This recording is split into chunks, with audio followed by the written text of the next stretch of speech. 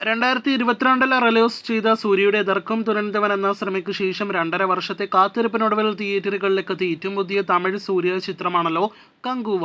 ശിവ സംവിധാനം ചെയ്ത സൂര്യയുടെ big budget pan Indian cinema തമിഴിലെ തന്നെ വമ്പൻ ബഡ്ജറ്റുള്ള സിനിമകളിൽ ഒന്നുകൂടിയ കങ്കുവയുടെ 3 ദിവസത്തെ Kerala tracking, Kerala world wide estimate കണക്കുകളെല്ലാം തന്നെ പുറത്തു വന്നിരിക്കുകയാണ്.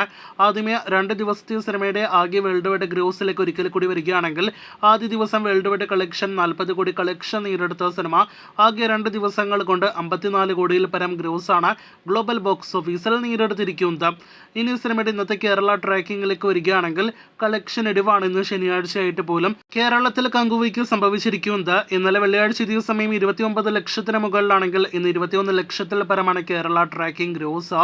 ഇന്ന് കേരളത്തിൽ 50 ലക്ഷത്തോളം ഗ്രോസ് കളക്ഷൻ മാത്രമേ നിലവിൽ നാം പ്രതീക്ഷിക്കുന്നുള്ളൂ. തുടർച്ചയായുള്ള 2 ദിവസങ്ങളിലും സിനിമയ്ക്ക് ആദ്യ വീക്കെൻഡിൽ കേരളത്തിൽ 1 കോടി പോലും കളക്ഷൻ വരുന്നില്ല എന്നതാണ് ഇവിടെ പ്രത്യേകം പ്രേക്ഷകരെ അറിയിക്കാനായിട്ടുള്ളത്. അങ്ങനെ 3 ദിവസങ്ങൾ കൊണ്ട് കങ്കുവയുടെ കേരള ഗ്രോസ് 5 കോടി കടക്കുകയാണ്. 5 കോടി 50 ലക്ഷത്തിനടുത്ത് 3 ദിവസത്തെ കേരള ഗ്രോസ് ആണ് നിലവിൽ നാം പ്രതീക്ഷിക്കുന്നത്. തമിഴ്നാട്ടിൽ ഇന്നത്തോടെയെങ്കിലും 20 കോടി ഗ്രോസ് കളക്ഷൻ കടക്കുമെന്ന് പ്രതീക്ഷിക്കുന്ന സിനിമയ്ക്ക് വേൾഡ് വൈഡ് കളക്ഷനിൽ ഇന്നലത്തേക്കാൾ കളക്ഷൻ കുറവോ അതല്ലെങ്കിൽ ഇന്നലത്തേതിന് സമാനമായ കളക്ഷനോ നിലവിൽ നാം പ്രതീക്ഷിക്കുന്നുള്ളൂ. ഇന്നലെ സിനിമയ്ക്ക് 14 കോടിയായിരുന്നു വേൾഡ് വൈഡ് ഗ്രോസ്.